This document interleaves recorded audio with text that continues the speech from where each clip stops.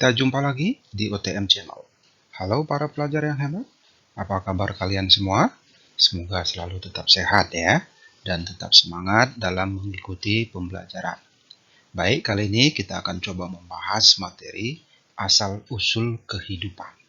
Baik, silakan diikuti videonya, supaya kalian dapat memahami konsepnya dengan baik.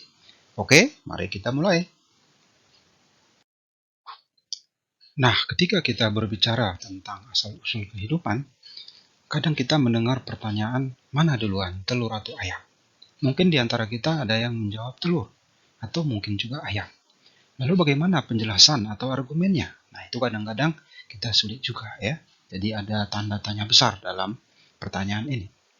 Nah, kemudian selain itu, para ahli atau mungkin kita juga bertanya, dari mana atau bagaimana kehidupan itu muncul pertama sekali di bumi ini? Apa makhluk pertama yang diciptakan? Kemudian bagaimana proses terjadinya tumbuhan, hewan, dan manusia? Lalu bagaimana sains versus religi?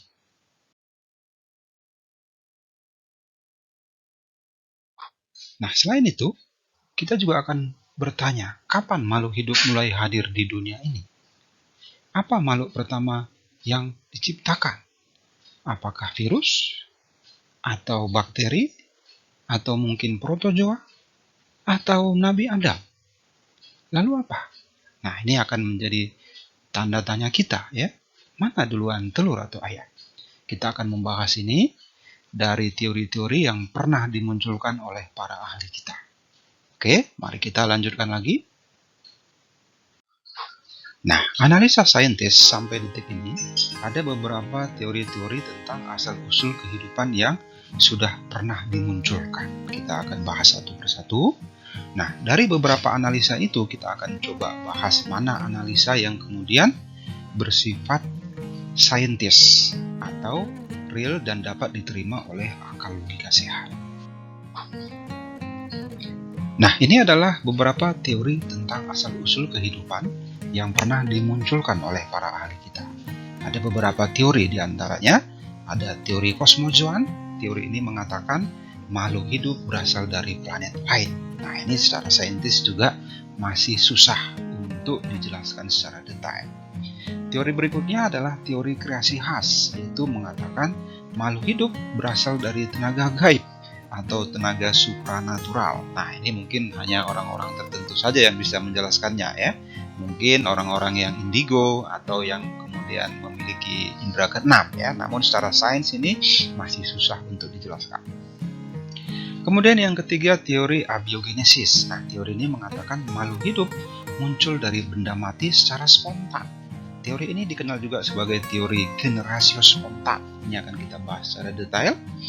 Kemudian yang keempat, teori biogenesis. Nah, teori ini mengatakan makhluk hidup berasal dari makhluk hidup juga, atau dari makhluk hidup sebelumnya. Nah, dalam bahasan kita nanti, abiogenesis versus biogenesis akan kita bahas secara detail.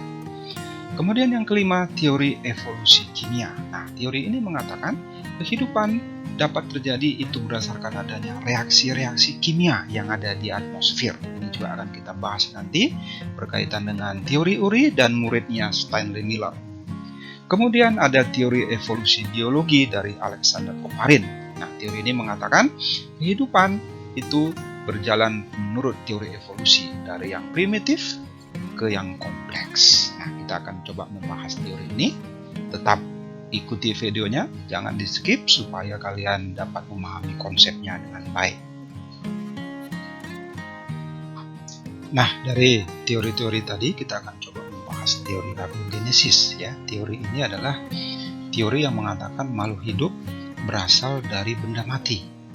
Ini tokoh utamanya adalah seorang filsuf, yaitu Aristoteles, dan beberapa pendukungnya yaitu Anthony van Leeuwenhoek, ini adalah penemu mikroskop pertama sekali, dan juga John Needham. Nah, kenapa mereka mengatakan makhluk hidup berasal dari benda mati? Apa contoh-contoh yang dimunculkan oleh mereka? Coba kita lihat contoh-contohnya. Nah, abiogenesis itu sendiri itu berasal dari kata a itu tidak, kemudian bios itu adalah hidup, lalu genesis itu adalah proses atau kejadian. Ya, jadi kita bisa sebutkan bahwa abiogenesis adalah merupakan teori yang mengatakan makhluk hidup muncul dari benda mati.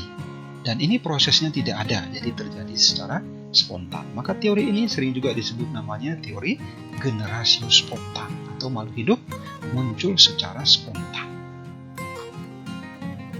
Nah, ini adalah contoh-contoh yang dimunculkan oleh tokoh-tokoh abiogenesis. Ya. Mereka mengatakan bahwa cacing berasal dari tanah. Kemudian belatung berasal dari daging yang membusuk. Mikroorganisme berasal dari air rendaman jerami. Nah, ini oleh Anthony van Leeuwenhoek nih. Kemudian kecoa berasal dari tumpukan sampah.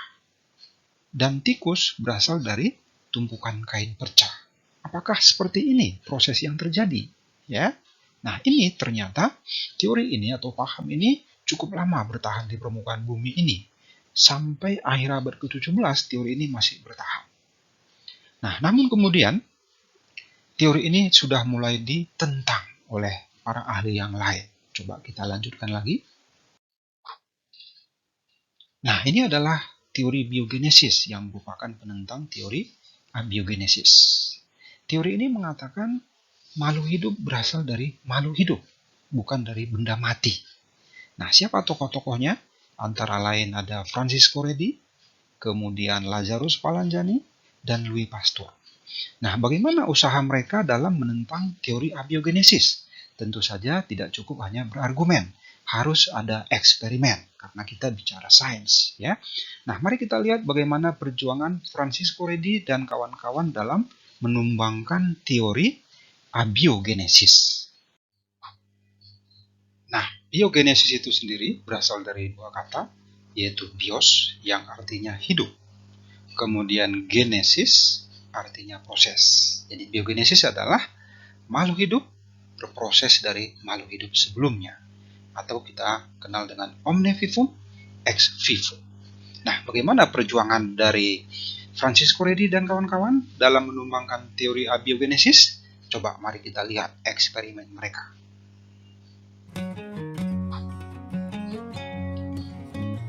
Nah, mari kita lihat usaha-usaha dari tokoh-tokoh biogenesis dalam menumbangkan teori abiogenesis. Nah, tentunya melalui eksperimen. Kita lihat yang pertama eksperimen dari Francisco Redi. Nah, ini adalah eksperimen Francisco Redi. Dia menggunakan alat yaitu stoples, dan kemudian ke masing-masing stoples itu dimasukkan keratan daging. Ini toples yang pertama, dimasukkan sepotong daging. Ini juga sama. Ini toples yang ketiga. Lalu treatmentnya berbeda. Di mana stoples yang pertama setelah dimasukkan sepotong daging, dia dibiarkan terbuka. Jadi ini tetap terbuka ya. Kemudian toples yang kedua dia ditutup dengan kain kasar. Stoples ketiga ditutup rapat. Jadi apa yang ada di udara nggak bisa masuk karena tertutup rapat ya. Kalau yang ini yang ada di udara masih bisa masuk asal ukurannya bisa melewati kain kasar ini. Nah, yang pertama ini bebas, apa saja bisa masuk. Nah, kemudian setelah beberapa hari dilihat hasilnya ya. Pada stoples yang pertama dagingnya membusuk dan banyak ditemukan belatung. Ini dia hasilnya ya. Ini setelah beberapa hari daging membusuk dan banyak belatung. Pada stoples yang kedua daging juga berbau busuk dan juga ditemukan belatung, namun jumlahnya sedikit ya. Tetapi di atas kain kasa justru banyak ditemukan belatung. Nah, kemudian pada toples yang ketiga ini sama sekali dagingnya tidak membusuk dan tidak ada belatung. Nah, di sini kemudian muncul pertanyaan, kenapa toples yang ketiga ini tidak membusuk? Seperti itu ya. Nah, apakah eksperimen Francisco Redi berhasil menumbangkan teori abiogenesis? Nah, kesimpulan dari eksperimen Francisco Redi bahwa beliau masih gagal dalam menumbangkan teori abiogenesis. Kenapa dia gagal? Apa alasannya? Atau apa penyebabnya ya? Alasan yang pertama dalam eksperimennya alatnya tidak sesuai. Ya. Kemudian tidak ada elan vital, terutama pada stoples yang ketiga. Tidak ada gaya hidup. Lalu apa maksudnya alat yang sesuai? Lalu kemudian bagaimana elan vital itu berproses? Mari kita lihat percobaan Lazarus Palanjani. Nah, ini adalah percobaan atau eksperimen dari Lazarus Palanjani. Sedikit berbeda dengan temannya Francesco Redi. Dalam hal ini Lazaro menggunakan air kaldu sebagai bahan percobaan. Kemudian alat yang dia pakai labu yang terbuat dari kaca. Air kaldu dipanaskan, kemudian didinginkan, lalu mulutnya ini dibiarkan terbuka. Nah, pada labu yang kedua, air kaldu juga dipanaskan, kemudian didinginkan, tetapi mulut labunya ditutup rapat. Jadi ada treatment yang berbeda. Nah, kemudian setelah 1 minggu, hasilnya dia mati. Nah, apa yang terjadi? Pada labu yang pertama, setelah 1 minggu, air kaldu menjadi keruh. Kemudian timbul bau dan banyak mikroba. Nah, dari mana mikroba ini? Nah, kalau kita tanya penganut paham atau teori abiogenesis, tentu mereka akan menjawab dari air kaldu. Dan air kaldu adalah benda mati. Ini justru akan memperkuat teori mereka. Nah, kalau itu benar, kenapa pada labu yang kedua ini, yang juga terbuat dari air kaldu, tetapi dia ditutup rapat, air kaldunya tetap jernih, dan tidak timbul bau, dan tidak ada mikroba? Nah, ini tentu menjadi pertanyaan juga.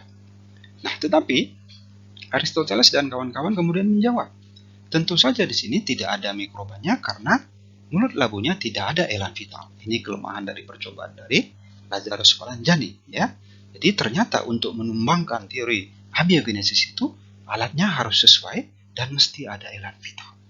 Jadi kalau kita lihat dari kesimpulan eksperimen dari Lazarus, baik, ini adalah kesimpulan dari eksperimen Lazarus Palanjani. Jadi Lazarus sama dengan Francesco Redi masih gagal, belum berhasil dalam menumbangkan teori abiogenesis. Alasannya kenapa dia gagal? Yang pertama, alat yang dia pakai tidak sesuai. Kemudian tidak ada elan vital, terutama pada stopless yang tertutup dan pada labu yang tertutup. Tidak ada elan vital, kemudian alat tidak sesuai. Lalu muncul pertanyaan, lalu bagaimana masuknya alat yang sesuai? Lalu bagaimana elan vital itu bekerja? Nah, ini akan kita jawab atau kita temukan jawabannya pada eksperimen dari Louis Pasteur. Nah, bagaimana Louis Pasteur dalam menyempurnakan eksperimen dari kedua sahabatnya ini? Mari kita ikuti lagi.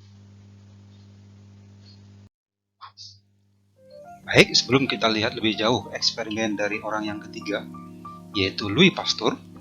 Nah, Louis Pasteur dalam hal ini belajar dari kelemahan eksperimen dari kedua sahabatnya, yaitu tadi alat tidak sesuai, kemudian tidak ada elan vital. Ya, elan vital ini adalah gaya hidup atau oksigen yang dimaksudkan oleh Aristoteles. Nah, jika ini kedua kelemahan ini sudah bisa disempurnakan oleh Louis Pasteur, maka teori abiogenesis akan dapat ditumbangkan. Nah, bagaimana caranya Louis Pasteur dalam merancang sebuah alat yang sesuai sehingga ada elan vital, tetapi tetap di dalam alatnya tidak ada mikroorganisme. Nah, kalau itu bisa dia buat atau eksperimenkan, maka teori abiogenesis akan bisa ditumbangkan. Nah, bagaimana eksperimennya? Mari kita lihat. Baik, ini adalah eksperimen dari Louis Pasteur, di mana dia menyempurnakan percobaan dari sahabatnya yaitu Lazarus Palanjani. Dalam hal ini, Louis Pasteur menggunakan air kaldu, jadi sama dengan Lazarus Palanjani, hanya saja dia memakai alat labu yang lehernya berbentuk seperti huruf S atau leher angsa. Ya, nah kalau kita lihat leher angsa ini, tentu ini kalau ada lalat atau mikroorganisme yang ada di udara, meskipun ini mulutnya terbuka, dia bisa terperangkap di sini dan tidak bisa masuk ke dalam labu ini. Nah, apa yang dilakukan oleh Louis Pasteur dalam eksperimennya? Air kaldu kemudian dipanaskan, jadi sama dengan percobaannya Lazarus Palanjani, kemudian didinginkan. Ya, nah, labu berleher angsa ini mulutnya tidak ditutup, jadi tetap terbuka. Jadi ini sama dengan labu nomor 1 dari Lazarus Palanjani. Mana di sini kalau kita lihat udara bisa masuk, ada elan vital. Ya. Nah, tetapi labu ini setelah diamati, warnanya tetap jernih. Dan setelah dilihat lebih jauh lagi, tidak ada mikroorganisme. ya. Nah, padahal elan vital sudah diberikan, gitu ya. Lalu dari mana sebenarnya mikroorganisme itu yang dimaksudkan oleh Aristoteles dan kawan-kawan? Sebenarnya pada percobaan Louis Pasteur ini, mikroorganisme itu bukan berasal dari daging yang membusuk atau dari air kaldu, tetapi kemungkinan itu berasal dari udara yang mungkin telurnya diterbangkan masuk ke dalam stoples atau labu nomor 1 dari Lazarus Balanzani. Nah, kenapa pada labu Louis Pasteur ini telur lalat tidak bisa masuk? Karena dia akan terperangkap pada labu berleher angsa ini, sehingga air kaldu ini tetap jernih. Nah, apa yang terjadi ketika labu ini kemudian dimiringkan sehingga air kaldunya menyentuh mulut dari labu berleher angsa ini? Nah, setelah dimiringkan, ditunggu beberapa saat, air kaldu kemudian menjadi keruh. Kenapa dia menjadi keruh? Nah, ada kemungkinan telur lalat yang menempel pada mulut labu ini bersentuhan dengan air kaldu, sehingga air kaldu ini menjadi keruh dan akhirnya terdapat mikroorganisme. Bukan berarti mikroorganisme ini berasal dari air kaldu, tetapi berasal dari telur lalat yang mungkin diterbangkan oleh udara. Nah, sejak eksperimen dari Louis Pasteur ini, paham atau teori abiogenesis tidak bisa lagi dipertahankan, karena alatnya sudah sesuai dan ada elan vital. Maka yang berhasil menumbangkan teori abiogenesis adalah Louis Pasteur. Nah, kesimpulan dari eksperimen Louis Pasteur, dia berhasil dalam menumbangkan teori abiogenesis. Ya, berbeda dengan kedua sahabatnya, Francisco Redi dan Lazarus Balanzani. Kenapa Louis Pasteur berhasil? Nah, tentu dengan menyempurnakan eksperimen terdahulu, yaitu dia menggunakan labu berleher angsa. Inilah yang dimaksud dengan alat yang sesuai. Kemudian pada eksperimennya ini ada elan vital. Jadi oksigen bisa masuk, tetapi ini tetap jernih dan tidak ada mikroorganisme. Ya, jadi tidak benar kalau makhluk hidup berasal dari benda mati. Nah, jadi percobaan dari Louis Pasteur ini kemudian menumbangkan teori abiogenesis. Jadi alasannya kenapa dia bisa berhasil? Karena alat yang dia pakai sesuai dan ada elan vital. Nah, setelah eksperimen dari Louis Pasteur ini, maka teori abiogenesis tidak bisa lagi dipertahankan. Teori ini pun kemudian tumbang, maka muncullah slogan biologi modern yang berbunyi sebagai berikut. Nah, ini adalah slogan biogenesis yang mengatakan bahwa sesungguhnya makhluk hidup itu berasal dari makhluk hidup. Telur berasal dari makhluk hidup, dan makhluk hidup berasal dari telur. Ya, omne vivum ex ovo, ini adalah makhluk hidup berasal dari telur. Omne ovum ex vivo, telur berasal dari makhluk hidup. Omne vivum ex vivo, makhluk hidup berasal dari makhluk hidup sebelumnya, jadi bukan dari benda mati. Baik, para pelajar hebat, mari kita lanjutkan lagi bahasan kita.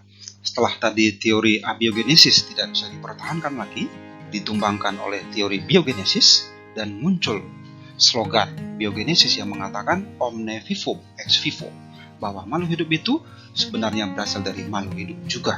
Tetapi muncul pertanyaan, dari mana? Lalu, dari mana kehidupan itu berasal? Apakah dari makhluk hidup sebelumnya? Lalu yang sebelumnya dari mana? Nah, ini tentu menjadi rantai yang membuat para saintis tetap tidak bisa menemukan jawabannya. Lalu apakah teori tentang atau usaha para ahli kita hanya berhenti sampai di situ untuk meneliti atau menyelidiki dari mana asal-usul kehidupan? Nah, tentu tidak. Rasa ingin tahu para ahli kita akan terus berjalan dan terus berlanjut untuk memenuhi keinginan tahuan mereka. Nah, di sini ada teori evolusi kimia. Ini berusaha untuk menjawab dari mana sebenarnya asal-usul kehidupan. Nah, ini namanya teori evolusi kimia yang dicetuskan oleh Harold Urey. Harold Urey mengatakan bahwa makhluk hidup atau kehidupan di bumi ini itu dapat terjadi melalui reaksi-reaksi kimia yang terjadi di atmosfer. Nah, bagaimana bunyi teorinya? Mari coba kita lihat. Baik, kita lihat dulu apa bunyi teori dari Harold Urey atau teori Urey. Urey mengatakan pada suatu saat atmosfer purba itu kaya akan berbagai senyawa atau gas-gas berupa metana, hidrogen, amoniak, dan uap air. Kemudian keempat gas tersebut akan bereaksi dengan sinar kosmis dari alam berupa petir atau halilintar yang kemudian membentuk substansi dasar kehidupan. Nah, kemudian berawal dari teori Harold Urey, kemudian Stanley Miller.